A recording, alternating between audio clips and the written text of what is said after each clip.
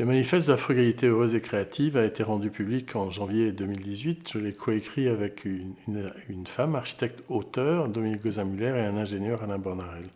L'objectif était de faire en sorte que les bâtisseurs, que le monde des bâtisseurs accepte sa responsabilité dans le dérèglement global, qui est aujourd'hui de 40% des émissions de gaz à effet de serre viennent du monde du bâtiment. À la fois assumer cette responsabilité et aussi montrer qu'il est possible de faire différemment, qu'il est possible d'agir en faisant en sorte que notre rapport à la ressource soit rasséréné, soit mesuré.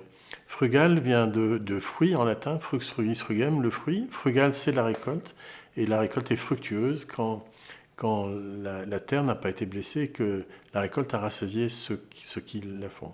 Il est aujourd'hui absolument indispensable que les bâtisseurs fassent ce travail-là avec des techniques qui consistent à revenir vers la réalité des matières qui sont dans les lieux et des techniques qui sont simples. C'est ce qu'on appelle le bioclimatisme en architecture, travailler avec le climat. C'est ce qu'on appelle les biosourcés, l'utilisation des matières qui sont directement issues de la nature. Ce sont le bois, les fibres, la terre et la pierre, et aussi des techniques simples, la ventilation naturelle, pour ne plus utiliser de climatisation. Cette nécessité-là de la rupture, on la doit à l'héritage que nous avons de techniques qui sont des techniques catastrophiques. Le béton armé de ciment Portland, la climatisation, les ascenseurs qui nous permettent de monter trop haut.